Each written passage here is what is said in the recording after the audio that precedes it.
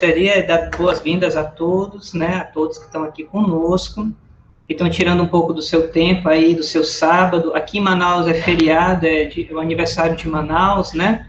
Então poderia estar aí festejando em algum banho, alguma coisa assim, né? Mas optou em ficar aqui conosco. Muito obrigado pela sua presença. E queremos também, olha, Manaus 351 anos, isso mesmo, meu filho. Obrigado por lembrar, né? Então, o que queremos informar é que nós temos essa nossa penúltima palestra do ano, ainda vamos ter mais uma palestra, eu e a Cris estamos fazendo uma articulação aí com uma convidada, ainda não vamos falar nada, né, que ainda não fechou nada, mas vamos ter só mais uma palestra, e vamos estar fazendo as nossas últimas reuniões de estudo, que nós estamos trabalhando com o nosso livro do John Walton, né, no caso esse daqui, né, O Mundo Perdido de Adão e Eva. Pretendemos chegar pelo menos até um pouco mais da metade, né, já estudamos 10 proposições deles, graças a Deus deu tudo certo, né.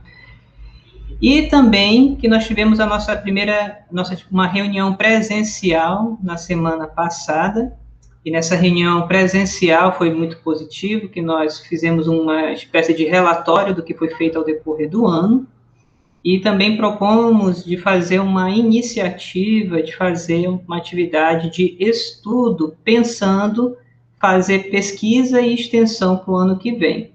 Se caso você tiver interesse nessa área, né, de fazer pesquisa científica ou também na área de extensão, pode conversar comigo, com a professora Cris, que a gente vai estar vendo aí essa viabilidade e os encontros que a gente vai estar fazendo com esse foco.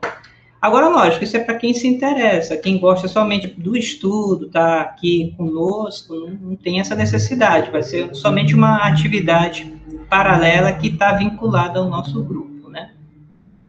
E no demais, né, agradeço a todo mundo que trabalhou, participou dos desafios, né, a Cris estava cobrando aí as resenhas, de quem ainda não entregou a resenha do nosso penúltimo livro, não foi? E foi justamente, me fugiu agora o nome, né, do Peter Harrison, Os Limites da Ciência e da Religião, né, que já terminamos, né, já vai fazer algum tempo, mas houve um estudo muito profundo sobre isso. E para a gente poder iniciar, vou pedir aí o nosso nobre Mário fazer uma oração para agradecer e poder apresentar aí o professor Danfilho, que vai estar conversando com a gente, uma conversa muito abençoada sobre esse tema tão importante que muita gente tem conversado e muitas das vezes traz os seus posicionamentos da igreja, outros trazem, dialogando com isso, uma aprendizagem dentro das ciências sociais, dentro das humanidades, outros têm dialogado dentro das ciências biológicas, né? E é muito importante a gente fazer um diálogo pelo qual a gente possa aumentar e enriquecer o nosso entendimento sobre esse assunto. Mário, pode fazer essa oração pela gente? Tudo bem. Está me ouvindo bem? Estou ouvindo perfeitamente. Então tá. Vamos orar. Bendizemos, Deus eterno, teu santo nome, gratos por essa comunhão de amigos, ó Deus, quando buscamos aprender mais. Que esse saber seja para a tua honra e tua glória. Que o Senhor ilumine sempre o nosso viver e testemunhamos da tua graça em tudo e vivamos para a tua glória, em nome de Jesus. Amém, Senhor. Amém. Amém, queridos. Eu estou botando aqui, Dan, o teu slide, né? Eu apanhei um pouquinho, eu tenho que saber botar ele, que ele já está, né? E a gente clica nele e ele já abre automaticamente, né? Ele só tem uma tela. Tá certo. Todo mundo está conseguindo ver o slide? Sim. Sim? Então tá. Então, professor Dan, fique à vontade, nós temos até, no seu horário aí seria às 5 horas, no nosso horário vai até às 4 horas, tá bom? Okay. E aí ficamos à disposição. Uhum. Agradeço o convite ao pessoal daí de Manaus, cidade que eu gosto muito, tive o prazer de estar por aí. Eu era missionário, então eu tive o prazer de conhecer toda a região. Viajei aí do Pará até até o Peru, no Rio Amazonas. Foi muito bacana a experiência. Então, essa questão da homoafetividade, eu acho que é um assunto extremamente atual e é uma coisa que nós temos, está nas nossas mãos. O problema, vamos colocar assim, entre aspas, está aí. A gente tem duas maneiras de tratá-lo. Fechar os olhos ou enfrentar o problema, né? Ele está nas nossas igrejas, está nas nossas famílias, no nosso trabalho. Eu que sou professor, então eu lido com isso direto, né? Então, eu escrevi um livrinho, né, um livretinho, está aí na capa, igual de diferente, uma atividade sobre um olhar cristão. Exatamente a motivação, né, para fazer esse livretinho foi perguntas de alunos, de jovens nas igrejas, certo? Então, vamos dizer assim, as dúvidas que tinham, as perturbações que muitos passavam, né? Então, eu procurei, dentro do que eu posso, né, escrever. Eu não tenho lugar de fala, né, nesse sentido aí, porque por ser hétero, né? Então, não teria lugar de fala. Mas, já dizia, tem uma expressão de C.S. Lewis, que eu gosto muito, que é a seguinte: ele diz que você pode olhar para algo ou em direção a algo, né? Ele dá um exemplo que quando tem um buraquinho no teto e a luz entra, quando você olha para a luz, você vê, quando tem muita poeira, né? Aí você vê a luz entrando, não é isso? Aquele facho de luz. Mas se você for até a direção do facho de luz, você vai ver o que está lá fora. Então, há duas maneiras de se abordar as coisas, olhando para elas em direção a elas. O Mário Sérgio Cortella, não sei se leu Lewis, mas ele usa uma alusão muito parecida. É falar de e falar sobre. Por exemplo, qualquer pessoa pode falar sobre racismo, desde que você tenha lido, né, que você conheça e tal. Falar sobre racismo. Mas falar de racismo, somente quem passa. Por exemplo, a pessoa branca não sabe o que é ser discriminada pela sua cor. Ela não passou por isso, ela não consegue. Não tem como, entendeu? Então, falar de e falar sobre. Então, na questão da homossexualidade, é a mesma coisa, né?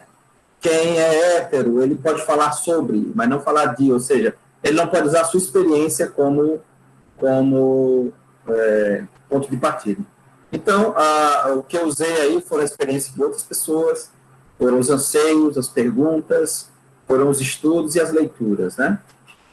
Para escrever esse livretinho, que a minha fala aqui, é mais uma conversa, um bate-papo, vai ser baseada no livretinho, ok? Ele está na Amazon, quem tiver aquele Limit, né? Ele está gratuito, para quem tem o Limit, ok? Então, vamos lá, vamos começar. Pode passar aí o slide. Então, primeira coisa, a homoafetividade, ela é genética, comportamental ou ambos? Bom, a gente ainda não tem uma resposta para isso, né?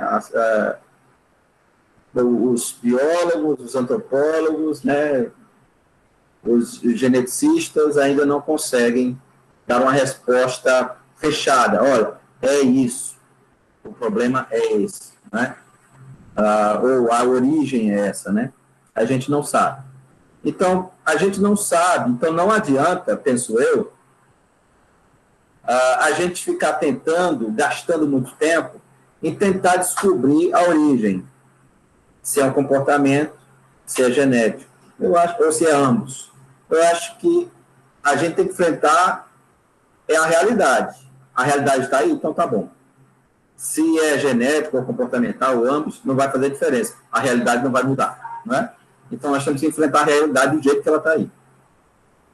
E essa questão, muitos cristãos, né, evangélicos, principalmente os mais midiáticos, têm feito essa luta, né, contra essa realidade que é, mas há muitos cristãos sérios, que com muitas lágrimas tentaram, com todas as suas forças e não conseguiram. Então, essas pessoas foram muito sinceras, né? Então, tem algo aí, certo? Que a gente não pode tratar de uma maneira leviana. A gente tem que ter realmente uma atitude empática. É olhar para as pessoas que sofrem com isso, certo? Se a pessoa não sofre com isso, a gente não tem o que fazer, certo? Esse é um assunto que a gente não toca. Esse assunto a gente só toca quando a pessoa tem conflito. Olha, se você não tem conflito, está muito bem resolvido, não há razão de falar, de tocar no assunto, certo? Esse assunto ele só deve ser tocado quando uma pessoa ela tem conflito, né? Ou então, quando alguém quer colocar sua experiência como um ponto de verdade. Ah, é isso. Aí a gente vai lá e diz, não, peraí, não é bem por aí, certo? No caso de uma pessoa, a pessoa não é cristã, não tem conflito, eu acho que a gente não tem muito o que falar a respeito desse assunto, certo? Até porque, até já adiantando alguma coisa, até porque eu não vejo motivo fora da crença em um Deus transcendente, imanente, da Bíblia como a palavra de Deus. Fora dessa crença, eu não vejo motivo para tratar esse tema, essa questão, lutar contra, vamos dizer assim, né? Porque se está fora, você não acredita em Deus e na palavra de Deus, eu acho que é perda de tempo você querer lutar com essas coisas, né? Então, o meu olhar aí é bem para dentro, para a nossa comunidade, né, de fé. Vamos lá. Vamos passar aí. Então, vamos lá do início, né? Tudo que começa no início. Já que a gente não sabe a origem, vamos ver se a gente consegue achar os primeiros registros. Os antropólogos, né, eles falam que existem registros em pinturas em cavernas, né, as famosas pinturas rupestres, de 60 mil anos, que tem cenas que seriam relação homoafetiva, certo? Então, esse é um hábito muito antigo, né, entre os homo sapiens, da época dos caçadores-coletores, daquilo que eu estou tratando nos termos da ciência, né? Então, entre os caçadores-coletores. O que acontecia? Eles iriam, a hipótese é que eles iam para as caçadas, passavam muito tempo nas caçadas, né? Muito longe, tempo longe das fêmeas, e para eles, vamos fazer assim, treinarem, né? Aí eles faziam uns com os outros, como uma forma de aperfeiçoamento, de treino, né? Para quando chegar, procriar à vontade, né? Aquela história do treino é treino, jogo é jogo, né?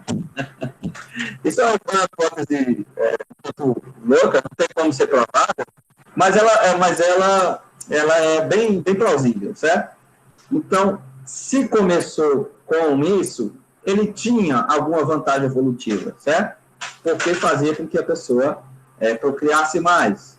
Então, vamos dizer que, se foi assim, existia, nesse período, algum tipo de vantagem evolutiva, no sentido de procriação, de treinar, né? Mas isso é uma hipótese apenas, ninguém sabe se pode ser, se é isso ou se não é. Mas se vamos dizer assim que beleza, realmente tinha alguma utilidade, né? A gente sabe que a homoafetividade, ela não só está entre os seres humanos, ela também está no reino animal, certo? Desde aquáticos, né, mamíferos e tal, isso está em todos os lugares, certo? Existe esse tipo de comportamento no reino animal. Por que isso é assim no reino animal? Tem várias teorias aí, certo? Mas ele não tem realmente nenhuma vantagem evolutiva no reino animal, e os cientistas não sabem por que ela ainda se perpetua, né? Já que um dos pontos fundamentais da evolução é a apropriação, né? Você se procriar. Então, são questões que não ainda tem muita resposta. Para nós cristãos, a resposta é simples, né? Ou seja, o pecado danificou tudo, mas a gente chega lá, certo? Então, aí você tem dois neandertais aí, ou dois homens da caverna aí, né? Homens pré-históricos, e um pergunta se o outro está livre, né? Vamos lá, estão matando o tempo, vamos aqui, vamos treinar, né? É mais ou menos por aí. Vou partir para frente. Então, essa é uma citação da Maria Bach. Os seres humanos evoluíram não apenas para sobreviver, mas para se reproduzir. A evolução humana, antes de ser resultado da necessidade de sobrevivência, seria resultado da garantia de procriação. Ou seja, mais do que sobreviver, o importante é se reproduzir. Então, a relação homossexual, ela é evolutivamente, vamos dizer assim, prejudicial ao que o professor Walter Neves chama de suicídio darwiniano, né? Então, por que isso existe se não é útil, né? Se ele não tem esse valor para procriação, certo? Vamos lá, vamos para frente. Bom, se isso entre os caçadores-coletores tinha vamos dizer assim, alguma vantagem evolutiva, algum tipo de teste, vamos dizer assim, quando os homens deixaram de ser caçadores-coletores, quando eles se assentaram em sociedades, então, já não tinha mais nenhuma vantagem, certo? Não tinha mais nenhuma vantagem, ou seja, o ideal era você se reproduzir para que seu clã ele aumentasse, né, e crescesse e tal. Entre os gregos, isso era um pouco diferente, né? Então, naquelas sociedades, um pouco antes dos gregos, mas principalmente entre os gregos, os romanos também, mas principalmente entre os gregos, essa relação, ela vem da noção de ser humano, né? De homem, vamos dizer assim. Por isso, na noção grega de mulher, a mulher é um tipo de, eu vou falar bem simples aqui, é um tipo de homem, é quase homem, né? Que não conseguiu ser homem, mas se tornou mulher. Então, por causa dessa visão negativa da mulher, uma das causas, né? A relação entre os homens era muito exaltada entre os gregos. E para os gregos, as duas principais coisas para os gregos eram beleza e prazer, né? Então, a beleza e o prazer era o que... É uma sociedade bastante hedonista, né? Então, a beleza e o prazer era o que mais os gregos buscavam. Por isso que um belo homem, né, era uma coisa assim digna de bastante nota, já que os homens, lembre-se, eles eram superiores às mulheres. As mulheres só serviam basicamente para a procriação. E é interessante essa questão da feminilidade no mundo grego, porque é o seguinte, mesmo que uma pessoa não tivesse relações com seus pares, ele fosse hétero e sempre em relação com a mulher, mas se a mulher mandasse nele, por exemplo, ele era tido como um homem feminilizado. Porque para os gregos era a questão de posição. Qual era a sua posição? A posição ativa. Se for uma posição ativa, então você é masculinizado, né? Essa era a concepção grega dessas relações. Lembre-se que os gregos não têm a concepção que nós temos, né? De homoafetividade, ok? Então, isso aí é uma coisa que os gregos, eles nos legaram uma boa filosofia, mas eles também nos legaram essas práticas, né? Eles refinaram, vamos dizer assim, essas práticas, né? Essa expressão grego, isso para mim é grego, é porque para os romanos eram bem moralistas, por incrível que se pareça. Então, quando eles diziam, essa relação de homens, né? Eles diziam assim, isso para mim é muito grego. Por isso que quando Paulo faz aquela crítica, né, geralmente as famílias abastadas, ao império, né, a aristocracia, entre o povo comum romano, em geral, eles eram bem mais moralistas, né? Exatamente a aristocracia, a classe mais alta, é que eles realmente faziam de tudo, né? É só você ler o livro A Vida dos 12 Césares, né, de Suetônio. Aí você vai ver que tipo de aberrações eles faziam, né? Vamos lá. Então, mas por que nós tratamos essa questão não como normal? Isso é normal, é assim mesmo. É porque nós recebemos a imago Dei, ou seja, nós fomos criados segundo a imagem de Deus. Obviamente, o termo imagem de Deus é um termo teológico muito complicado, né, para você. O que é a imagem de Deus? Ninguém pode bater o prego e virar, né? A imagem de Deus é isso, né? Essa é uma disputa teológica que se arrasta por muitos anos e vai continuar se arrastando. Mas o fato de termos sido criados à imagem de Deus, duas coisas são muito notáveis. Uma, nós somos seres relacionais. Segundo, nós somos temos igualdade na diferença.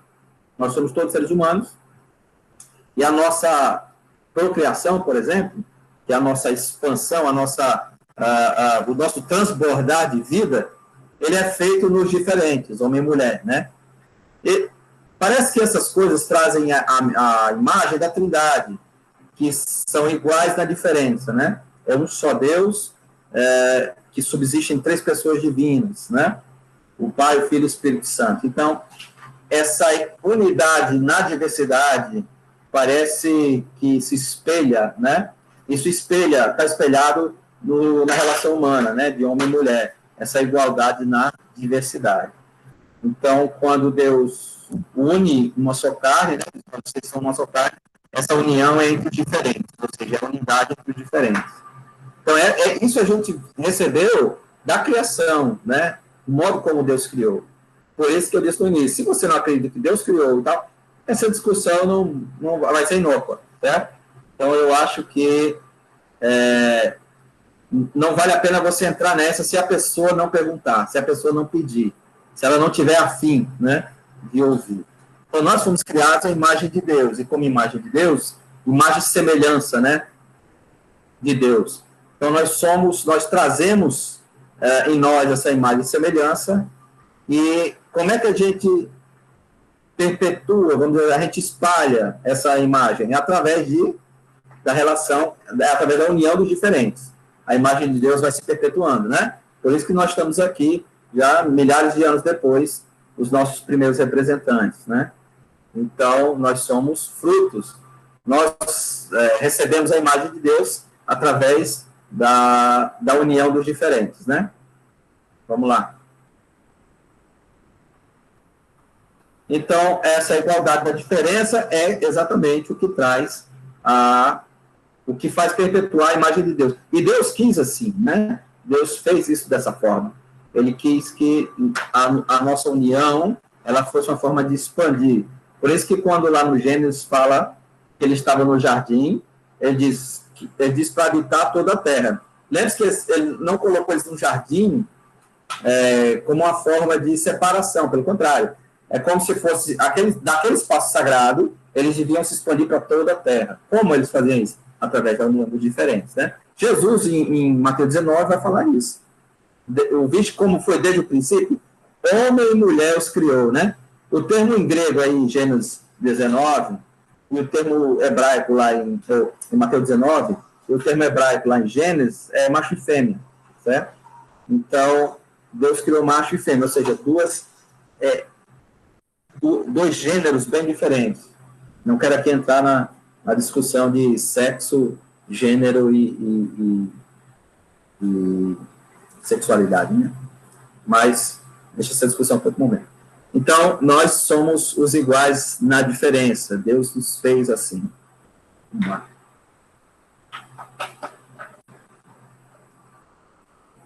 Fazer aqui uma citaçãozinha do Guilherme de Carvalho, né?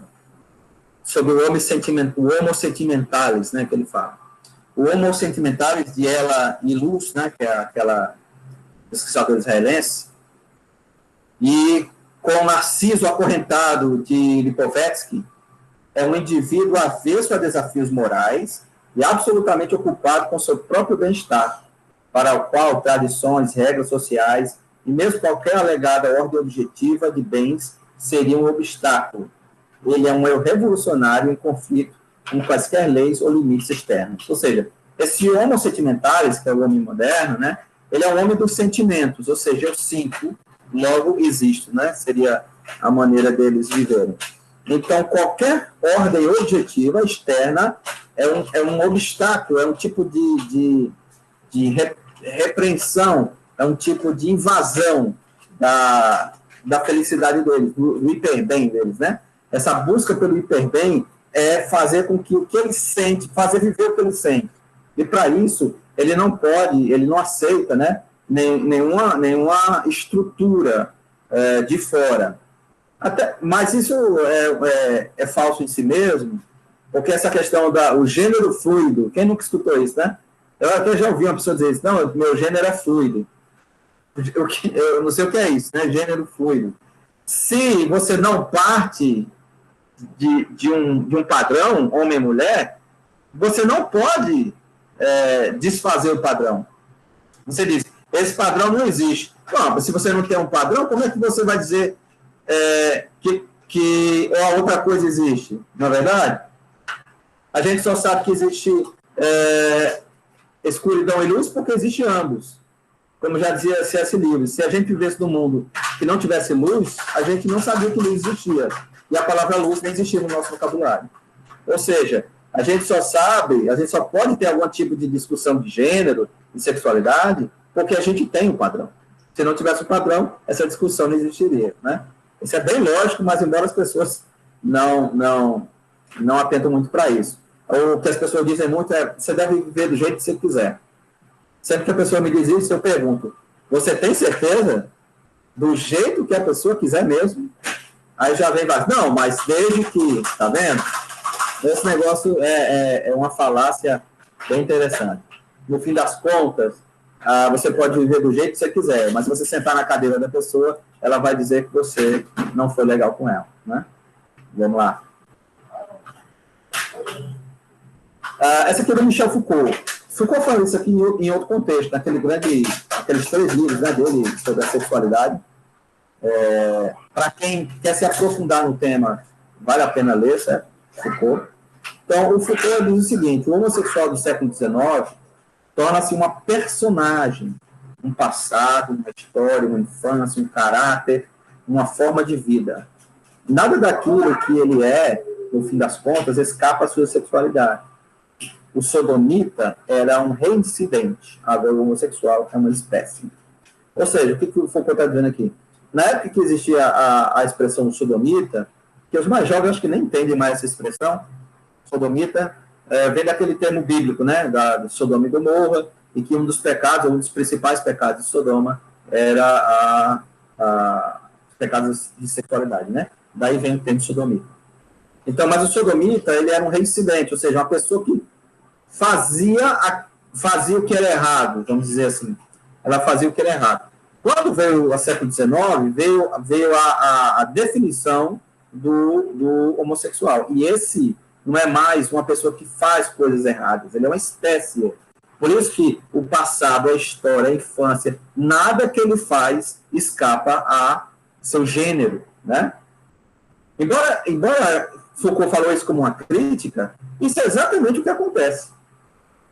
As pessoas giram em torno disso, não é verdade? Os defensores, movimento, por exemplo, LGBT, eles giram em torno, a vida toda, né? A escola, o trabalho, eles giram em torno da sexualidade. Ou seja, eles estão indo no caminho contrário do que Foucault dizia, né? Porque Foucault, isso aqui ele fala como uma crítica, não é verdade? Beleza? Vamos lá. Então, até aqui, a gente vê que essa é uma prática, é um tipo de ação muito comum, né, entre os seres humanos, no reino animal também, existe há milhares de anos, certo? As sociedades antigas praticavam isso direto, né? Tinham muito essa prática, principalmente entre os gregos e tal. Você vai ver, geralmente, eu acho que uma das primeiras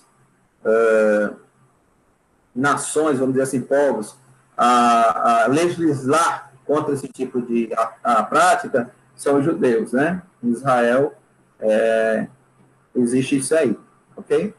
Então, o conceito de estrutura e direção, que é um conceito do Wolters, né? O Wolters é um conceito bem bacana, bem interessante, eu acho que nos ajuda muito para entender isso aí, né? O conceito de estrutura e direção refere-se à essência, né, da boa criação de Deus, e direção deixa eu só ver aqui. Distinção, né, a disfunção inserida pelo pecado. Podemos dizer que o pecado, isso aqui é a palavra de Wolters, né, e o mal tem sempre o caráter de uma caricatura, ou seja, de uma imagem distorcida que contém certas características irreconhecíveis. Ou seja, Deus nos criou com uma certa estrutura, a estrutura aí lembra essência, né? Não lembra rigidez. Então, Deus nos criou com a essência e nos deu uma direção. O que o pecado fez? O pecado não eliminou a essência, ele mudou a direção, certo? Ou seja, sexualidade ela é essência. Ou seja, ter desejo é bom, é normal, certo? Isso faz parte da boa criação de Deus. Agora, esse desejo ele está orientado para que direção? É aí onde o pecado ele dá disfunção. O ter o desejo é normal e é bom, certo? Porque vem da boa criação de Deus. É para onde esse desejo vai que é o problema. Então, esse conceito de estrutura e direção é muito importante para nos ajudar nessa compreensão, né? Principalmente entre os adolescentes. Isso vai ajudar demais para eles. Ok? Vamos lá, vamos seguindo. Então, como eu disse, estrutura é essência, não é questão de rigidez, ou seja, não muda, né? Pelo contrário, né? A sexualidade, ela é necessariamente algo, ela não é necessariamente algo estático. Nossos desejos, em uma fase do desenvolvimento, podem ser podem ser né? E não ser os mesmos em outra. Talvez isso especialmente na puberdade. Isso aí acontece demais na puberdade, né? Quando as atrações, né, mudam a forma de forma considerável. É muitíssimo importante que alguém que sinta atração pela primeira vez não presuma que ela consista agora na orientação com que ele verá pelo resto da vida. Ou seja, se você na adolescência ali sentiu atração pela primeira vez, isso não quer dizer que vai ser assim a vida inteira, né? Por quê? Porque os hormônios estão ali a 1000, né, e tal. Então, você, de repente, pode... A direção, ela pode ir para vários lugares. Aí, qual é o problema? Meu Deus, o que eu sou? Não, você não é ainda. Porque você ainda está em fase de amadurecimento, de crescimento. Isso não quer dizer que você é. Está entendendo? Porque dizer eu sou tal coisa é bem complicado. Por quê? Quando você diz eu sou, você traz à memória, com essa palavra, tudo o que aquele movimento, por exemplo, prega. Certo? Quando a pessoa diz que é homossexual, por exemplo, ou gay, né, como termo, tudo que essas pessoas fazem vem junto com essa palavra. Tudo que eles fazem vem junto com essa palavra. Mas, às vezes, a pessoa nunca teve uma relação com outra pessoa muito séria. Ela teve sentimento, mas nunca teve. Então, entendeu? Os termos são complicados. Então, isso pode mudar durante a vida, certo? Isso realmente pode mudar durante a vida, ok? Vamos lá. Então, só que aqui eu queria colocar uma fala do C.S. Lewis, que é muito interessante. Porque é o seguinte, as pessoas dizem, não, mas a questão da repressão sexual, né? Isso causa o quê? Neuroses, né? Já dizia Freud. Que as repressões sexuais, elas causam neuroses. Mas tem que saber o que é reprimir, né? O reprimir de Freud, isso geralmente acontece na infância, e na primeira infância, ali até a primeira infância, e é inconsciente, e é no inconsciente. É diferente de quando você faz determinada coisa de forma consciente. Isso não causa neuroses, por exemplo.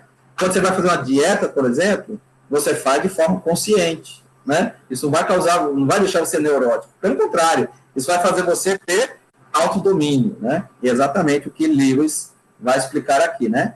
Que as pessoas, muitas vezes, compreendem mal o que a psicologia quer ensinar quando fala de repressões.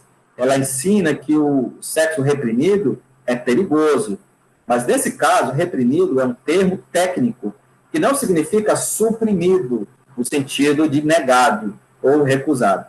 Um desejo ou pensamento reprimido é aquele que foi lançado no subconsciente, normalmente, né, em idade muito tenra, e agora só pode se apresentar de uma forma disfarçada, né, e irreconhecível. A sexualidade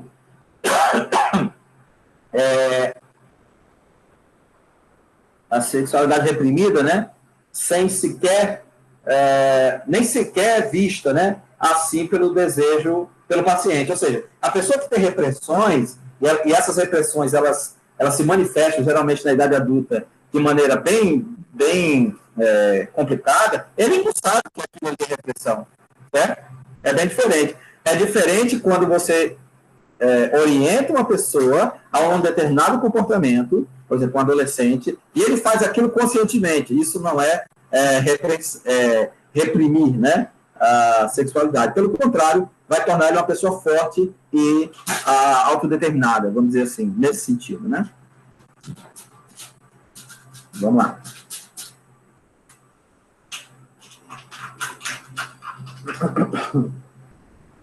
Então, é o seguinte, quando acontece na igreja, a pessoa vem e diz, olha, já passou dessa fase da adolescência, essa fase de turbilhão, né? E a direção não mudou. A direção continuou para o mesmo sexo. Então, aí é um assunto a se tratar, certo? No sentido de se tratar assim, com franqueza, com amor, sendo de forma empática, né? Vendo que o outro sofre com aquilo, certo? Ele sofre muito com aquilo. Então, às vezes, por exemplo, um casamento não vai resolver o problema, pelo contrário, ele vai piorar o problema. Então, o celibato, por exemplo, para muitas pessoas, o Ed Shaw, por exemplo, daquele livro, o livro é do Ed Shaw, deixa eu só ver aqui o título do livro dele, que é um livro que eu recomendo bastante, certo? Do Ed Shaw.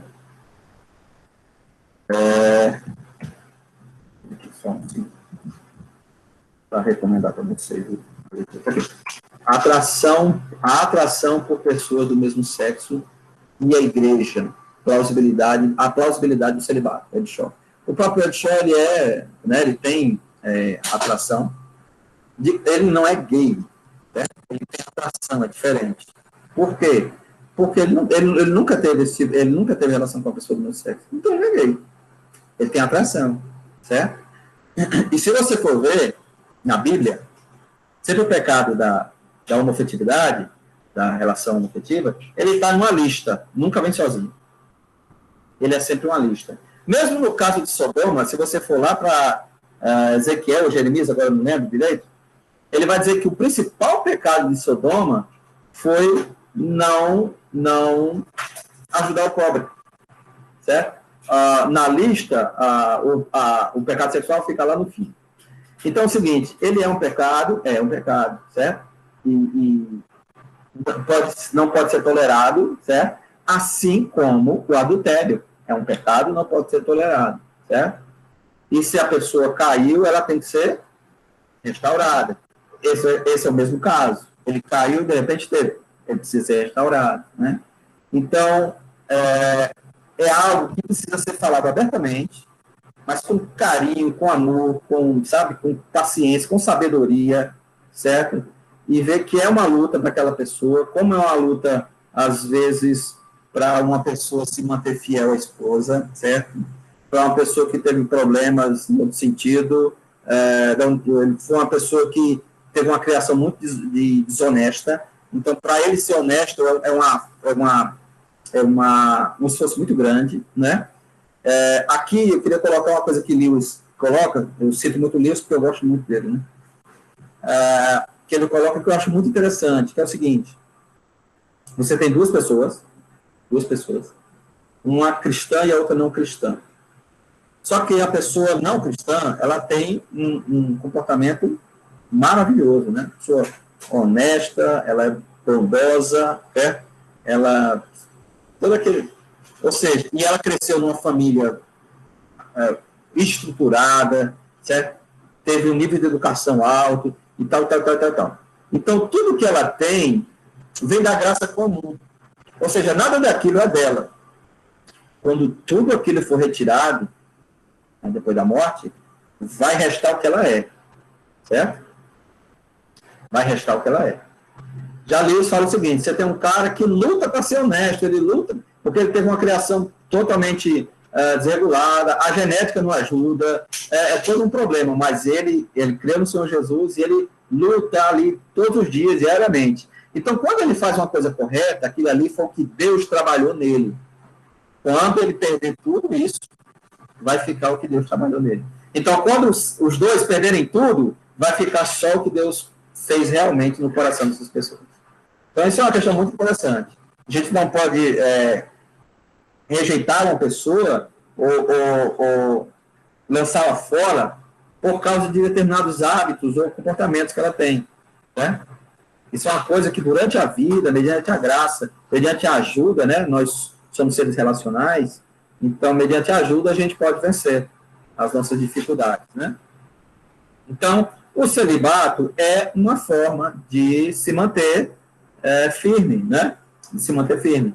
Aqui é uma citação do Christopher West. O celibato, pelo que reúno, não é uma declaração de que o sexo é ruim. É uma declaração que, embora o sexo possa ser fantástico, há algo ainda melhor, infinitamente melhor. O celibato cristão né?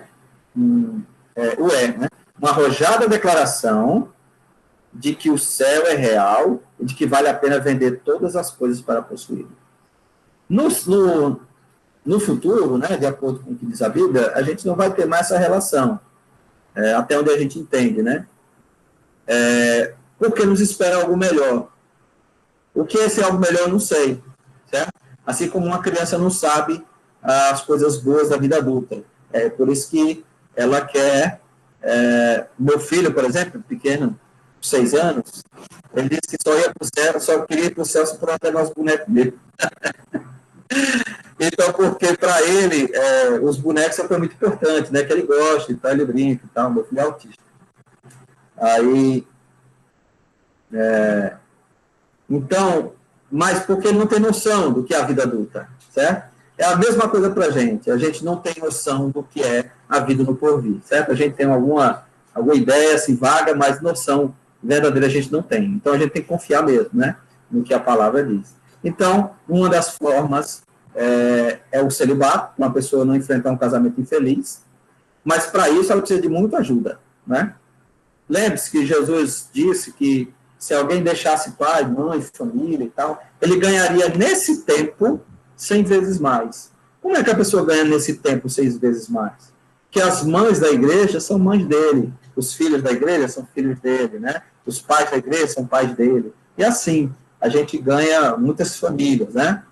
Na igreja. Isso é uma forma de a gente ajudar determinadas pessoas. Por isso que ele pode estar solteiro, mas ele não vai ficar sozinho. Porque a solidão é uma coisa destrutiva, né? Porque nós não fomos criados para ser sozinhos, né? Vamos lá.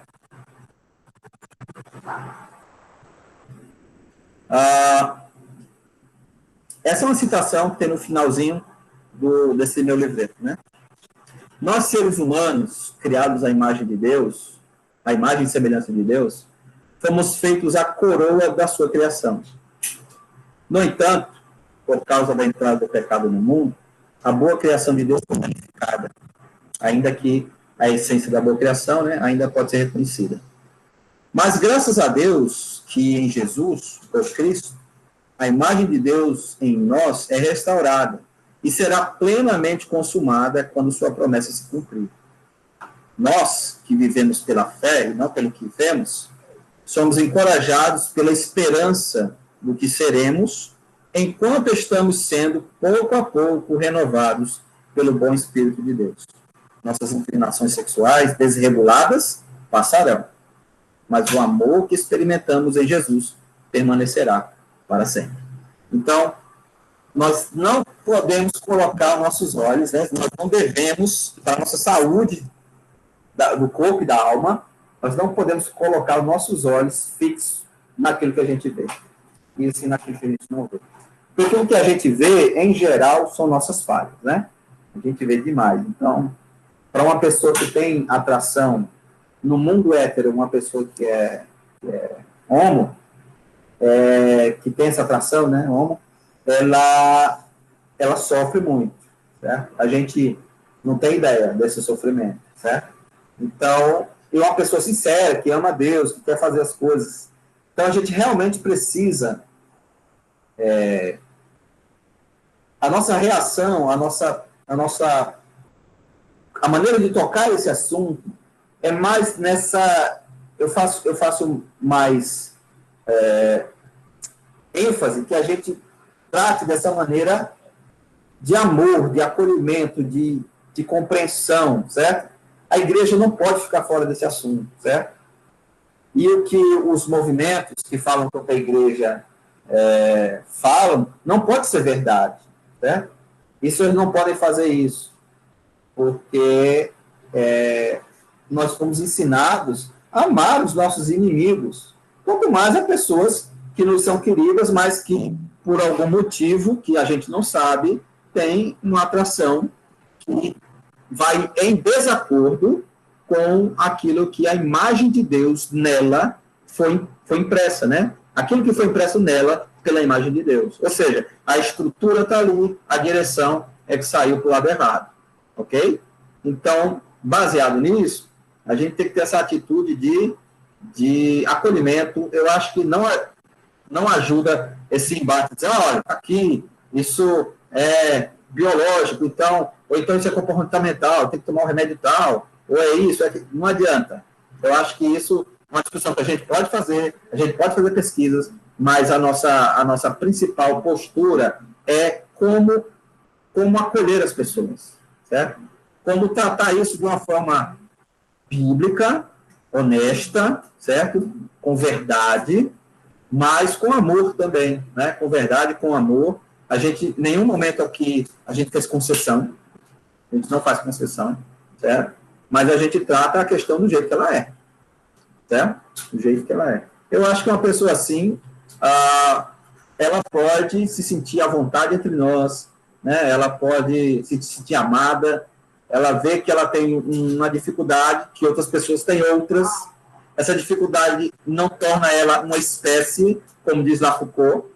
Ela não é uma espécie diferente, ela é igual a nós, ela tem um problema de direção como nós temos em algum lugar. Todos nós temos, tá? Você tem em algum lugar, eu tenho em outros lugares.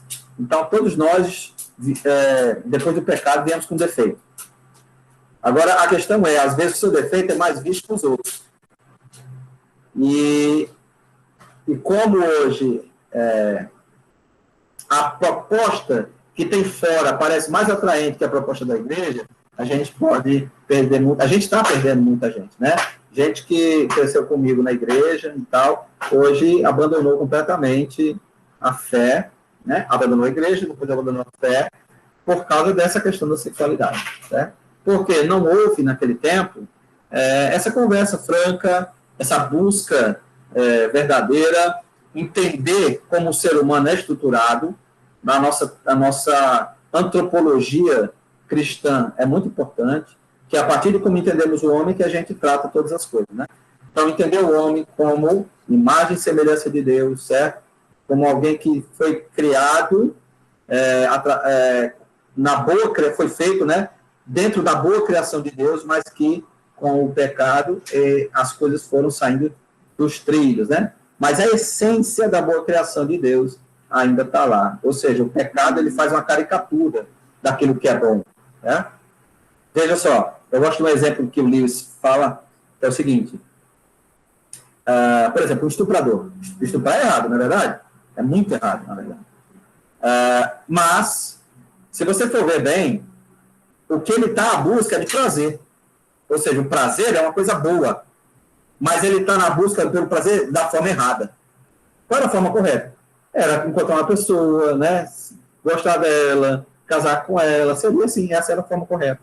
Mas ele vai o quê? Pela forma da violência, que é a forma distorcida. Atrás do quê? Daquilo que é bom. Ou seja, o pecado, o mal, ele é um parasito. Ninguém sente prazer na maldade. Entendeu? Ele está em busca de prazer, e prazer é uma coisa boa. Entendeu? Não sei se vocês estão entendendo. Então, o que Lewis coloca é o seguinte, que a maldade, ela é um parasito que quer dar às pessoas o prazer, só que de uma forma totalmente desumana, né? Uma forma ruim, certo? Mas o que ele quer, no fim das contas, é prazer. Ou seja, que é uma coisa boa. Então, o mal em si, ele é uma caricatura do bem. Ele não tem valor em si mesmo, certo? O mal não tem valor em si mesmo. Ou seja, uma pessoa não pega uma marreta e começa a bater na própria mão porque isso vai lhe dar prazer, certo? Mas ele faz isso na mão de outra pessoa. Por quê? Porque ele tem prazer em ver o outro sofrer. Ou seja, ele quer prazer, mas no sofrimento do outro, entendeu? É isso que Lewis coloca. Ou seja, qualquer coisa que a gente faça, qualquer coisa que a gente possa fazer, principalmente nessa área da sexualidade, o que as pessoas querem é ser felizes. Não é isso que sempre dizem? Né? A busca da felicidade? Beleza. E qual é a verdadeira felicidade? O que a gente tem que dizer às pessoas não quando a gente quer levar a pessoa para construir um barco, a gente não deve trazer os materiais e mostrar a estrutura, né, o desenho do barco. A gente deve dizer como é bom navegar, não é isso? Então, a felicidade verdadeira não está em você satisfazer a sua sexualidade. A gente sabe disso. A felicidade está em Jesus Cristo. É isso que a gente tem que mostrar. É isso que a gente tem que viver, né? Então, o tom desse livretinho que eu escrevi, ele é mais pastoral do que propriamente científico, embora eu trate de algumas questões de ciência lá, certo? Lembrando que eu sempre estou tratando aqui a partir da evolução, certo? Não sei qual é a posição dos irmãos aí, de vocês, mas lá fora a gente dentro a gente pode divergir, agora lá fora é muito complicado você tentar dialogar sem esses conhecimentos, né? Eu acho que eu já falei demais. Vamos bater um papo aí, pergunta, resposta, colocação, correção, não é? Vamos lá, né, pessoal? Obrigado, inicialmente, Dan, por você estar compartilhando aqui conosco um pouco da experiência e também do seu trabalho, do seu livro, né? Eu acho que só o que já foi falado já trouxe uma contribuição, com certeza, né? Agora, por outro lado, nós temos aqui usando a linguagem do Mike Tyson, tem uma tradição aqui que acaba nos trazendo uma forma de ver e de olhar as coisas, né? Eu gostaria de começar só contando uma breve experiência. Acho que há 10 anos atrás eu acompanhei o que eu chamo um amigo, né? Um amigo, ele veio de uma prática homossexual, ele se reconciliou na igreja, e quando eu soube, ele já tinha sido diácono, já tinha sido auxiliar, já tinha sido várias coisas dentro da igreja, e ele relatou que o que arrancou ele, de uma certa maneira, era essa prática, a prática da homossexualidade. E ele falava com todas as letras, eu sei que é pecado, eu sei que isso vai me arrancar do céu, eu não consigo parar sozinho, e eu preciso de ajuda, mas todos aqueles que eu pediram ajuda têm medo de me ajudar. E eu mesmo não sei se eu consigo fazer alguma coisa, né? eu senti um sentimento de fracasso, um sentimento de incapacidade desse meu amigo, né? E ele se manteve firme, né, durante 2 anos, e justamente em um ano que ele teve muitas fraquezas, né, ocorreu que um dos parceiros que foi lá com ele, nessa recaída, o assaltou, tentou o matar, né, e ele bateu com a cabeça, a pessoa pensou que ele tinha morrido, mas não, né, ele ficou sequelado. Ele era um excelente cabeleireiro e perdeu o que ele mais amava, que era a profissão de cabelo, né? E aí ele hoje mudou de cidade, está morando com a família, que graças a Deus é uma família de crente. Mas sabe, Dan, o que eu achei assim impactante nessa trajetória que eu pude acompanhar uns 2 anos esse meu amigo, né? Era luta, era sinceridade. Quando ele caía, ele me ligava, pedia para eu visitar e falava, eu fiz besteira. Ele não queria esconder, sabe? Ele não queria. Mas realmente me parecia muito aquilo que eu vejo em algumas pessoas com dependência química, né? Uma necessidade de querer sair, mas ao mesmo tempo parece que quanto mais tenta, mais é tragado, né? E dizer que é falta de conhecimento bíblico não era, porque ele falava salmos inteiros, ele declarava para mim, uma memória excelente. Uma pergunta aqui, né? Uma pergunta aqui, como criar uma agenda, né, de estudar o assunto. Olha,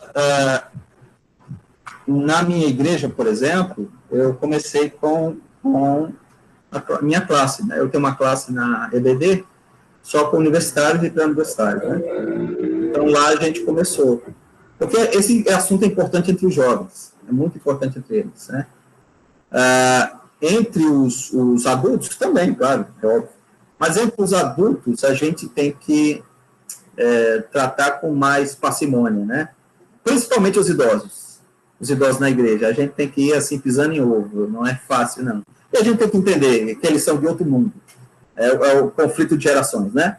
Então, assim, o Paulo diz, né, que você deve tratar as jovens como irmãs, as anciãs como mães e tal. Então, da mesma forma, quando você vai tratar com os idosos da igreja, você tem que pisar em ovo com o que você está dizendo. Mas esse assunto da sexualidade, eu acho que entre os jovens é urgente. Tem que tratar mesmo. Porque a homoafetividade entre os jovens é muito comum. Eu, como professor, por exemplo, já tive turmas inteiras que todos os meninos eram homossexuais. Todos. Então, é uma coisa que não é mais tão difícil de encontrar, né?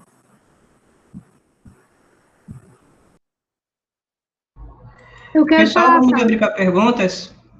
eu tenho Quer uma perguntar, pergunta. Quero. Eu tenho 2 perguntas, inicialmente. Primeiro, você não acha que em a gente não debatendo aí com a biologia, né, com a genética, isso não seria, assim, um facilitador para uma acomodação, para aceitar esse discurso? Bom, então a pessoa não tem como sair dessa situação, né? A gente sabe que, como você colocou muito bem, tendo em vista que é uma questão que, no fundo, é do pecado, né, já é um erro de fábrica, tudo bem, mas do ponto de vista do nosso discurso com a sociedade, né, se, porventura, a gente não entrar nesse debate aí, se é genético, das causas, isso não iria, digamos assim, favorecer essa certa acomodação, essa aceitação do discurso do outro, porque esse é o discurso, né? A pessoa, não, mas é uma orientação, não tem o que fazer, né? Então, esse discurso que já está pronto. Uma outra questão é em relação, como é que você vê a questão do crente se posicionar nesse debate com a sociedade em relação àquilo que muitas vezes nos é posto em relação ao preconceito, né? Será que o cristão, ao se posicionar, ao dizer que ele é contrário ao casamento gay, né, à união civil ou à união estável de pessoas do mesmo sexo, ele seria preconceituoso? Como é que você vê essa liberdade de expressão e esses discursos, né, que a gente sabe que aos olhos do mundo são mais progressistas e aos nossos olhos, obviamente, não são, né, que nos taxam muitas vezes de conservadores, de homofóbicos, que a gente discrimina. Então, eu queria que você falasse um pouco mais sobre a sua posição, não apenas no meio cristão, né, mas também no debate que a gente tem com a sociedade. Obrigada. Obrigado pela pergunta. Pergunta de $1 milhão, né? Olha o seguinte, como eu falei quando está fala, a questão das pesquisas a gente tem que fazer, eu acho que é importante. A gente faz em paralelo, né? À medida que a gente vai abordando esse assunto de uma forma cristã, a gente vai pesquisando, vai que a gente encontra, né? Que é uma questão que pode ser receber uma ajuda de uma determinada orientação científica. Ótimo. Então, acho que a gente deve fazer pesquisas antropológicas, né? Biológicas. Eu não sou antropólogo, mas eu já ouvi, né? Eu vou falar isso aqui, isso é um ouvir, certo? Que não é fácil, ou não é fácil de encontrar, eu ainda vou pesquisar isso, não é fácil de encontrar a homofetividade entre os índios. Entre os índios não é fácil de encontrar, ou seja, não encontra-se, claro, mas assim, não é tão fácil. Então, por que não é tão fácil? Entendeu? Se isso é verdade, seria algo de pesquisa, né? Então, a pesquisa é importante, pesquisa genética, tudo isso é importante. A gente realmente tem que entrar nisso aí. Quem é da área tem que se debruçar, faz parte, é uma forma de fazer. Agora, a gente só não pode esperar o resultado das pesquisas, né? A gente tem que ir fazendo e caminhando. No que diz respeito à nossa posição, há coisas que não tem jeito mesmo. Vai chegar num ponto, várias coisas vão chegar num ponto que a gente vai dizer, olha, isso só tem sentido porque eu acredito em Deus. Tá? Então, não adianta querer provar por outro viés, certo? Tem coisas que são assim. Não adianta provar por outro viés, porque eu acredito em Deus, e Deus diz que não. Infelizmente, é a minha resposta, né? Então, ou felizmente, né? Então, mas no debate público, a gente tem que saber se colocar, certo? Por exemplo, uma igreja que pratica exatamente aquilo que eu estava falando, ela não pode ser acusada de homofóbica, ela não pode ser acusada de preconceituosa, de forma nenhuma. Tá entendendo?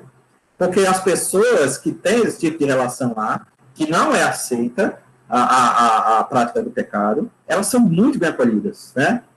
E elas lutam com ajuda, entendeu? Então, esse tipo de situação, esse testemunho que o Saulo falou aí, isso na mão do movimento LGBT é uma mão com coco, como se diz por aqui. Porque, tá vendo? Essa pessoa, olha o sofrimento que ela teve. Mas se a igreja tivesse ajudado ele estava aí até hoje, normal, tal, beleza na igreja, bem, né? Se ele tivesse recebido uma ajuda melhor. Óbvio que a gente está aprendendo também a ajudar, né? Tem esse fator. Mas a nossa posição pública sempre deve tentar ao máximo ser bem embasada, certo? Daí é importante a gente ter pesquisa, ter leitura. A gente lê as pessoas que a gente discorda, por exemplo, Foucault, Judith Butler, quem quer entrar nesse tema, você tem que se aprofundar, você tem que ler mesmo, né? Faz parte. Principalmente quem é da sociologia, da antropologia, esse pessoal aí, fazer uma pesquisa que pode nos ajudar bastante no debate público. No debate público a gente tem que ter argumento, né? A gente tem que ter argumento no debate público.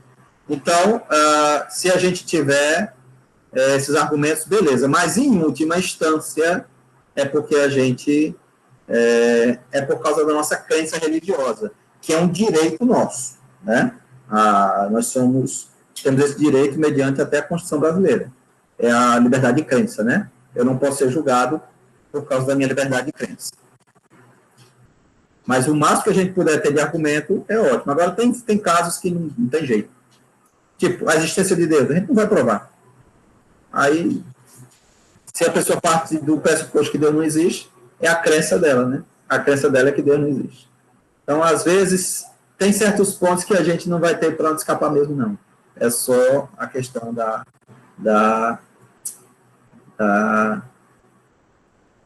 crença em Deus. Agora, é óbvio, você pode tratar o quê? Os temas você pode tratar. A questão de distúrbios que acontece em pessoas que não crescem em famílias ajustadas, né? A questão da própria procriação do Estado.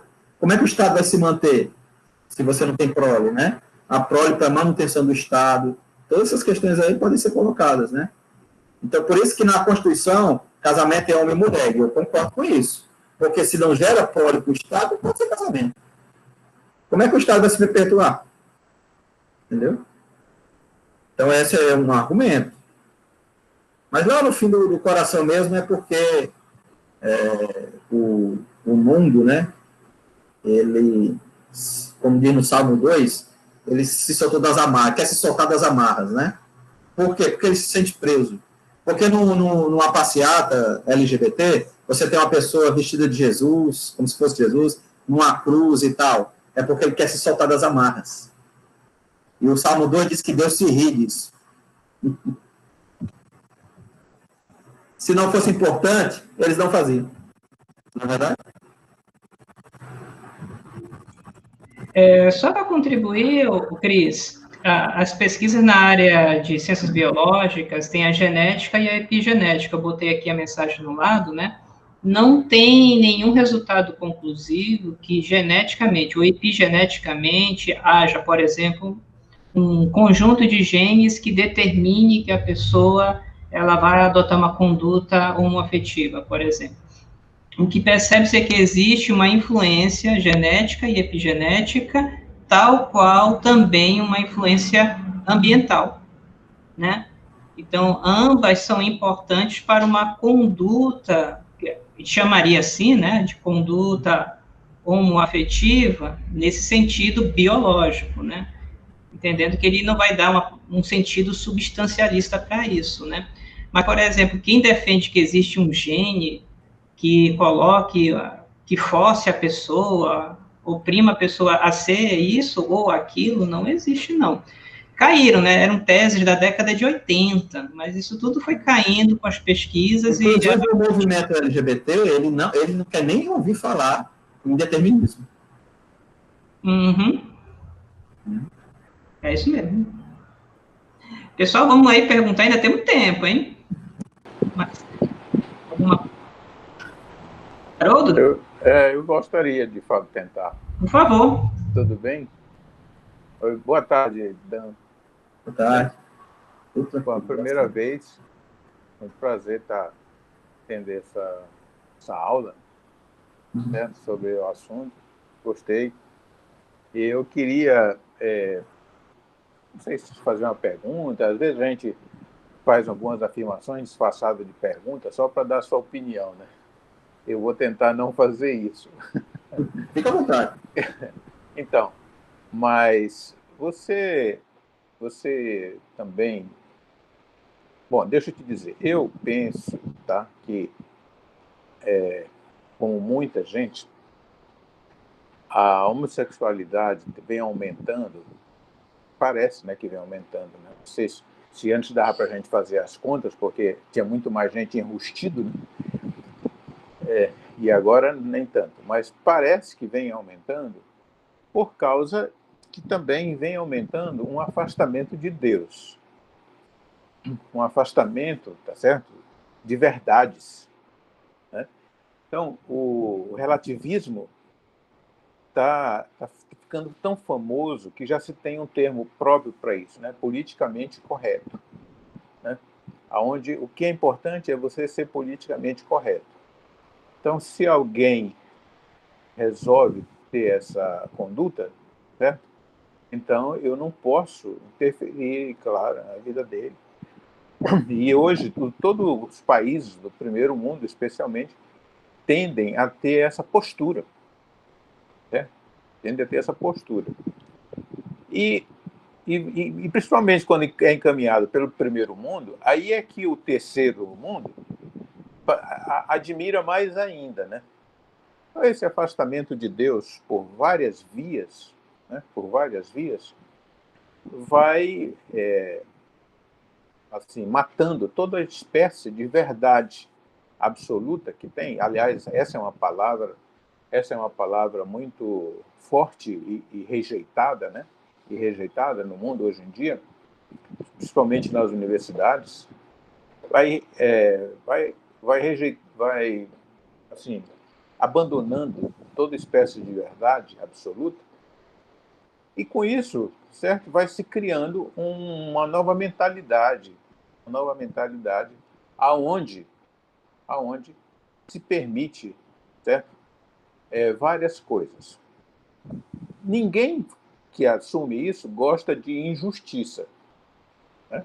Gosta de injustiça, e sai contra, e pega a bandeira, e vai para a rua e tudo mais, certo? Mas quando diz respeito a essa questão da sexualidade, aí pronto, né? Aí é uma questão que única, que cada um que decida, Mas a impressão que eu tenho, né, é que todos esses valores que foi sendo bem explorado pelas redes Globos, para mim, tudo isso é quase igual, certo? Através das novelas, onde colocavam pessoas com valores como sendo burras e retrógradas, antiquadas, né? E até colocavam elas num estereótipo de maldade. Eram pessoas más, eram pessoas que queriam o mal dos outros, né? E a outra lá, certo, que era assim, completamente à vontade com respeito a esses valores, era o cara, era a pessoa sensível, a pessoa amorosa, a pessoa honesta, a pessoa que não era mal e tudo mais. Então foi se vendendo muito esses valores. E eu não sei, né, a sua opinião, mas se você acha que, de fato, isso é quem mais contribuiu para esse número tão grande, como você falou, que tem uma sala inteirinha de garotos, certo, com esse problema. Meninas, hoje, muitas meninas estão considerando, assim, com certa facilidade, certo, o envolvimento com outras meninas, tá? E eu acho que isso vai aumentar, cada vez mais vai aumentar. E eu não sei se vai descambar sempre na homossexualidade. A meu ver, não. Tá certo? A meu ver, vai descambar também naquela, como você bem colocou, nas outras listas, né? O resto da lista. Então, muito adultério, né? Muita separação, muita violência, né? Violência doméstica, violência de todo tipo, abuso, violência sexual também em casa, terrível, né? Então, a meu ver, tudo isso vem no pacote. Pois é isso que eu queria, assim, qual é a sua posição sobre por que está crescendo tanto e parece que vai continuar mais ainda? Lembra-se que Romanos 1, Paulo fala que por terem abandonado o conhecimento de Deus, tal coisa começou a acontecer, né? Então, qual é o grande problema da homoafetividade, da relação homoafetiva? Parece uma coisa assim que não dá para compreender, né? Mas, na verdade, é por causa dessa questão da imagem de Deus. Quando o homem ele decide ter uma relação com outro homem, ele está dizendo o seguinte: eu não quero o modelo de Deus, eu não quero a imagem de Deus, a unidade na diferença, eu quero o meu modelo. Então, esse é o grande problema, certo? E como é que o cara faz isso? Ele primeiro abandonou a Deus. E Deus os entregou a esse tipo de pensamento. Está lá em Romanos 1. Foi Deus que disse, tá bom, vá. A primeira coisa, ele começa a mudar as estruturas, os padrões que Deus colocou, certo? Aí entra todas as outras coisas. Eu vi uma estimativa de pesquisa, né? O número de divórcios no Brasil. O número de divórcios entre evangélicos é maior do que o número de divórcios no Brasil, comparativamente falando, né? Você pega o número do Brasil, né? É um número X. Você pega só do universo dos evangélicos, é um número maior que o número do Brasil. Ou seja, tem uma coisa muito errada, não é verdade? Então, essa questão do afastamento de Deus é o ponto que tudo vai descambar, certo? A gente precisa de argumento para apologética. A apologética é uma coisa que nós, acadêmicos, né, precisamos de mais, estudar e tal, para poder defender a nossa fé, né? E isso é importantíssimo.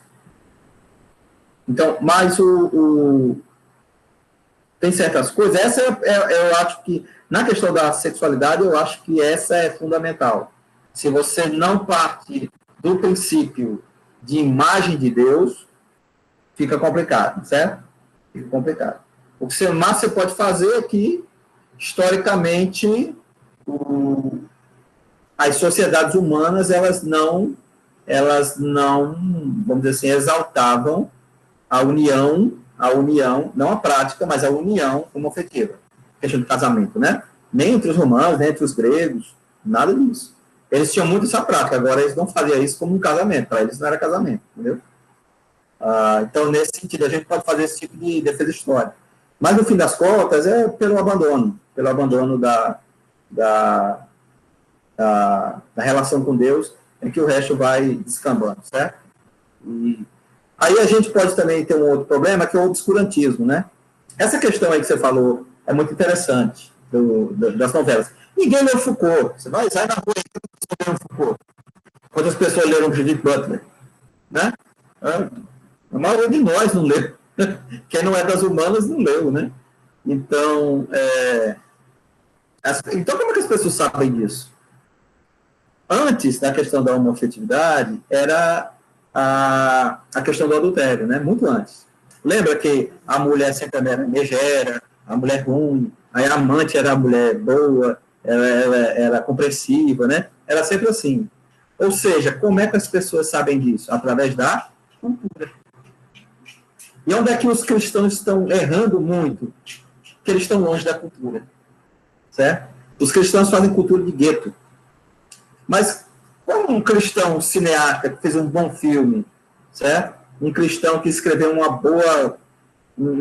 bom romance, ele compôs uma boa música, não necessariamente música evangélica, tá entendendo? Mas as coisas que exaltam a boa criação de Deus, a amizade, a bondade, a verdade, o cuidado, certo? A compreensão. Então, falta a presença dos cristãos na cultura. Eu acho que é um problema quando os cristãos querem entrar na política e da política mudar tudo. Mas não foi assim que aconteceu do lado de lá. Eles entraram através da cultura. Então, o que a gente precisa? A gente precisa estar nos espaços culturais. Ou seja, produzindo bons filmes, boas novelas, romance, música, teatro, certo? Pintura, escultura. Então, a gente tem que fazer boa cultura. Quando as pessoas olham e veem as coisas da boa criação de Deus, de lembrar dos pobres, de que o bem triunfa, certo? O bem triunfa, que a amizade, tá?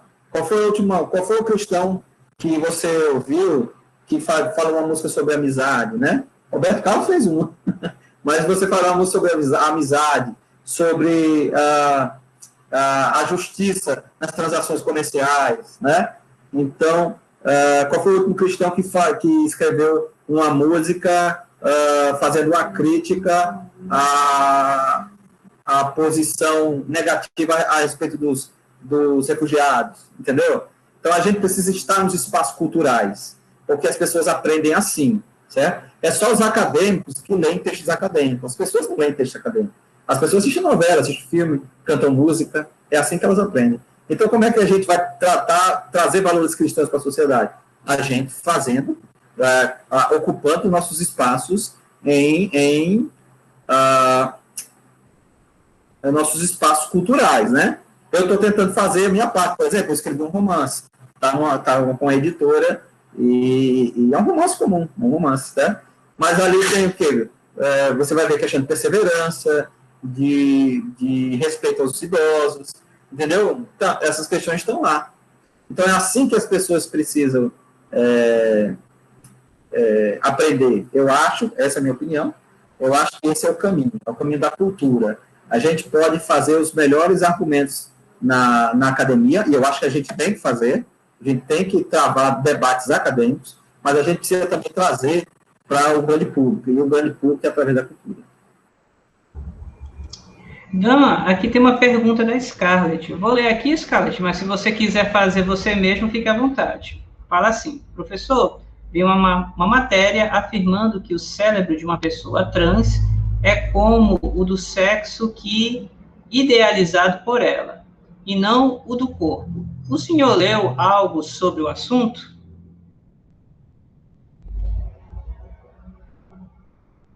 Não li, não li. Saiu em que revista? Que dê essa questão. Pode responder aí, Scarlett? Porque assim... Estava aqui desativando o áudio. Boa tarde. Olha, eu não lembro qual foi a revista mesmo. Né? Foi algum site que eu vi assim, em rede social, alguém compartilhou, e eu li. Então, não sei se foi revista, foi em algum site da vida, assim, mas ainda nesse âmbito da ciência. Aí falaram que tinham feito umas pesquisas, digamos, então trans mulher, né, que é um homem que virou mulher, falaram que atestaram que o cérebro dele era muito mais compatível ao feminino, realmente, do que ao masculino, que seria o sexo de nascença. Aí eu não sei se realmente já viram isso, era especulação. O site pelo menos afirmava isso, não falava que era só uma teoria. Chegou a afirmar. Aí não sei se alguém já leu alguma coisa sobre esse assunto. Essas questões de ciência, por exemplo, quando a gente tem que ter ser bastante criterioso, porque é o seguinte, quando você vê revista tipo revista super interessante, quando eles falam de Jesus, por exemplo, aí são cientistas, certo? São teólogos e tal, mas se você for ver, cada afirmação esdrúxula, mas é o que as pessoas têm, né? O grande público, vamos dizer assim, é o que traz, né? Ali são pesquisadores, mas são pesquisadores que não dá para você confiar. Né? É nesse sentido, por isso que eu perguntei em que revista foi. Porque às vezes o cara fez uma pesquisa, por exemplo, como é que a gente sabe que a homossexualidade não é genética? É porque, por exemplo, foi feita uma pesquisa entre gêmeos idênticos, né? Univitelinos. Se fosse genética, se um fosse, o outro tinha que ser. Porque o compartilhamento genético deles é idêntico, né? Então, foi feita uma pesquisa e não é. Assim, os gêmeos, nem todos os gêmeos eram. Então, não pode ser genético. Porque se fosse genético, quando um gêmeo o outro tem que ser por causa do compartilhamento genético deles, é total, né? Idêntico. Então, eu não sei, eu não conheço esse material, nem se essa pesquisa nova, o que ele está propondo, certo? Tem. Mas eu vou falar uma coisa na área da linguística, que é a minha área. Você falou aí, mulher trans, né? Homem trans, mulher trans. Já prestou atenção que antigamente a gente falava transexual, né? Aí hoje fala mulher trans, homem trans. Sabe por quê? Porque o primeiro termo é o que fica na nossa mente. Homem. O trans não fica. Mulher. Ele é uma mulher trans. Aí tem essa questão, por exemplo, daquele cara, daquele transexual, eu prefiro chamar de transexual, no vôlei, né? O cara tem uma estrutura de homem, é alto, forte, tem estrutura óssea e muscular do homem. Não é a mesma estrutura óssea e muscular da mulher. Aí foi o maior pontuador do campeonato. Eu ouvi críticas, é óbvio. Tá entendendo? Porque a estrutura do corpo é outra. É bem diferente. Então ele tem vantagem sobre os outros. Mas é uma mulher trans. Aí o que fica na cabeça das pessoas? Mulher. Mas ele não é uma mulher. Entendeu? Essa é a minha colocação. É bem complicado isso. E tem uma questão também, me permita, viu? Pode falar. E hoje em dia, da segurança nos banheiros das meninas, com o desejo desses camaradas, vou chamar assim, certo? Querer usar o banheiro feminino, né? E quando não tem o terceiro banheiro, né? Então eles querem também entrar no banheiro, tá certo? Das mulheres, e as meninas, obviamente, se sentem, tá certo? E as mães e os pais se sentem muito ameaçados com esse problema, né? Com esse problema.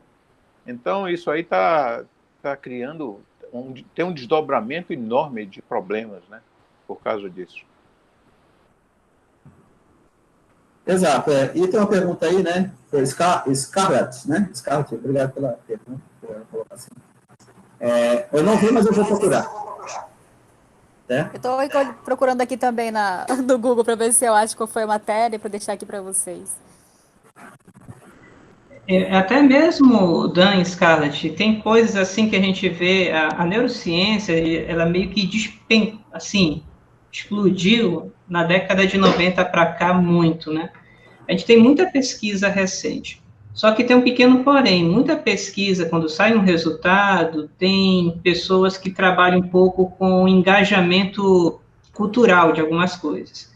Aí pega um resultado de uma pesquisa pontual e traz como se fosse o peso da própria comunidade científica. Eu até botei aqui, anotando aqui embaixo, né, que quando a gente sai um resultado, a gente tem que ver se a comunidade está citando esse trabalho, está corroborando esse trabalho. Por exemplo, se é um trabalho que é aprovado esse ano, ele vai passar pela análise e pelo escrutínio de vários pesquisadores que vão dizer que se aquele trabalho realmente está trazendo uma novidade, se aquilo corrobora outros dados ou não, né? Por exemplo, no ano passado, saiu aquela pesquisa que eu falei, que fala que existe um peso equivalente, né, de questões genéticas, epigenéticas e comportamentais, né, ambientais. A mesma pesquisa foi usada para as duas bandeiras, né? O grupo LGBT trouxe a pesquisa dizendo que era uma evidência de por que a homoafetividade era ser tratada de uma forma natural, até biológica, né? E a mesma pesquisa foi pega por grupos que eram contrários à LGBT, dizendo, olha, aqui está mostrando que é algo comportamental, ambiental. A mesma pesquisa, né? E aí o que ocorre? Os canais de comunicação, eles pegam as pesquisas e trabalham dentro de uma redação. Quem não for pegar o artigo e ler, não vai saber direito, né? É uma coisa que a gente tem que ter um certo cuidado com a divulgação. Exatamente isso. Deixa eu só responder aqui ao Renato, para a gente terminar. Essa questão de líderes homossexuais, geralmente quem não quer enfrentar o problema, né? É mais fácil você fazer a igreja como você acha, né? Mas, no fim das contas, essas pessoas são ridicularizadas. Certo? Eu já vi muito isso acontecer. No fim das contas, quando uma pessoa que tem atração homoafetiva, ela realmente se volta para o Senhor, ele não busca essas igrejas. Né? Então, eu acho que é não querer enfrentar o problema, né? Aí fica mais fácil. Oi, Saulo. Oi, pessoal. Oi. Tudo bom? Eu queria só falar um pouquinho, assim, agradecer, né, a palavra do Dan. E é muito bom saber que tem pessoas preocupadas com esse assunto, com essa questão na igreja. E eu também trabalho, agora eu estou um pouquinho afastada dos meus alunos, mas assim, o que eu vejo muito, principalmente dentro da minha área e da disciplina que eu ministro, é que, como eu sou psicóloga, quando eu vou para aula de psicologia geral, eu vejo que os alunos, eles têm, alguns alunos que têm essa questão que hoje, até na área da psicologia, já é mais difícil por conta da nossa postura profissional, né? Nós não podemos falar mais como nós falávamos antes, o que você estava falando aí dentro da psicanálise. Então, o que nós estudávamos e aquilo que nós pontuávamos para nossos alunos em relação à homossexualidade, isso não é visto mais hoje como um transtorno, né? Um transtorno de sexualidade. Nós temos um manual que se chama DSM-5, que é um manual de diagnósticos, e hoje foi retirado, né, essa questão aí de tratar a homossexualidade como doença, né? Isso daí eu acho que já é conhecido da maioria, né? Conhecido. Então, hoje nós não discutimos mais nem isso por causa do próprio Conselho de Psicologia. Então, como cristãos, assim, eu penso que é necessário nós falarmos, né? Termos uma postura cristã, tanto de acordo com a nossa profissão, respeitando o que o Conselho, né, nos adverte, mas não deixando de acolher essas pessoas, porque principalmente na área da psicologia, nós somos muito procurados, assim, pelos alunos que têm conflito com a sua sexualidade. Então, o trabalho que a igreja faz é um trabalho necessário, que eu penso que pode abrir espaços, tanto na universidade como na própria igreja, abrir espaços de escuta, para que seja conversado com crianças, adolescentes, jovens a respeito da sexualidade. E o que eu vi muito nos alunos foi carências, falta de limites, intolerância à frustração. E no primeiro problema que eles enfrentam, muitas vezes eles pedem socorro para outros colegas que não sabem, não têm experiência de vida. E essa busca de satisfação, eles vão buscar em fontes erradas. Que no final nós sabemos que realmente é a falta de Deus, é a falta de pertencer a uma família funcional, uma família que haja diálogo, né? Então, a igreja, ela precisa cumprir essa função. Então, eu achei muito interessante, assim, o papel, a sua postura, tudo que você falou em relação à igreja apresentar dentro da cultura, da arte, da justiça. Então, nós precisamos desses espaços, né? Para que, eu vejo muito assim, as pessoas que aceitam Jesus na igreja, elas participam de grupos de discipulado, já vão às vezes direto para o batismo, mas elas não têm um espaço que possa acolher essas outras questões, que são questões tanto emocionais, psicológicas, mais espirituais. Então, falar isso até dentro da igreja, algum tempo atrás, era até, realmente não existia essa possibilidade. Então, eu vejo isso hoje como algo positivo, falar dentro da academia, falar dentro da igreja e nos pequenos grupos, porque a igreja ela precisa abrir esses espaços e precisa acolher essas pessoas, porque aceitar Jesus, levantar a mão, não quer dizer que a pessoa já sabe de tudo e já resolveu todas as suas questões. Então, principalmente esses assuntos que nós temos assim como algo muito subjetivo ou muito íntimo, ela precisa, uma pessoa que aceita Jesus, que tem essa questão, ela precisa primeiro ter um vínculo de confiança. Ela não procura, às vezes, ela fica primeiro observando para ela ver se ela tem aquele espaço e se aquela pessoa vai realmente acolhê-la. Então, eu conheço algumas pessoas que, por conta disso, acabam saindo da igreja. Elas querem levar uma vida correta. E como foi falado no início, é comparado, sim, as questões de natureza sexual até uma própria dependência, porque a dependência do corpo, né? O corpo vai se acostumando, o corpo vai pedindo. Então, para ele sair desse âmbito, sair dessa dependência é muito difícil. Então, tanto em conversas com colegas, quanto com alunos, quanto com pacientes, nós vemos que é muito difícil. Então, não há, dentro da igreja, espaços abertos, espaços de escuta, espaço de acolhimento, espaço de palavra mesmo, né, que traga questões de acordo com a palavra de Deus.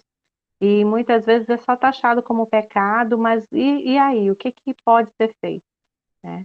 Então, eu vejo que há essa necessidade. Então, a minha palavra é mais assim, em relação a isso.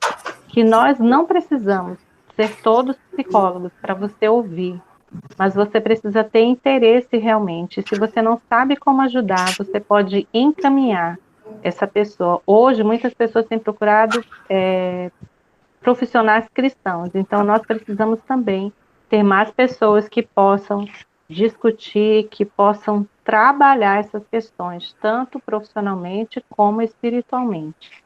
Então, parabéns por esse espaço, parabéns por essa oportunidade. Eu espero que todos possam, né, pensar mais sobre isso, como você pode ajudar.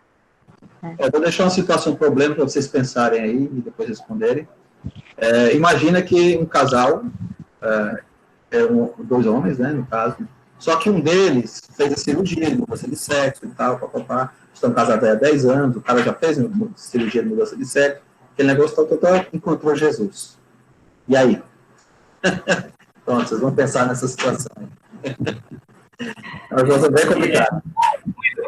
Pessoal, vamos tirar nosso registro, nossa fotografia, só para poder também dizer um outro testemunho, né? Eu falei aquele que teve assim, um desfecho não tão positivo, mas nós temos várias pessoas restauradas nesse sentido, que procuraram igrejas, né? Aceitaram Jesus e tiveram uma vida restaurada, né? uns assumindo o ponto de vista que o Dan colocou, que é o celibato, e outros até mesmo constituindo família, né? Tem gente que diz, isso é história. Bem, vá conhecer a vida dessas pessoas antes de criticar, né? A melhor coisa é a gente verificar do que ficar fazendo para julgamento. Vamos fazer aqui o nosso registro, convido que você dê o seu sorriso no 3. 1, 2, 3. E... Pronto. Devidamente registrado, pessoal. Muito obrigado por terem assistido pra gente. Muito obrigado, Dan. Muito obrigada, professor. Obrigado Obrigada, novamente, Dan. pessoal. Muito apoio e palavras. Até mais. Obrigado, Saulo, também. Muito obrigado, Muito tá? obrigado. Valeu, bom final de semana, gente. Alô, obrigado também, Renato. Tainara, também pela visita, obrigado. O Cleuper Nascimento também, obrigado. Abraço, Saulo.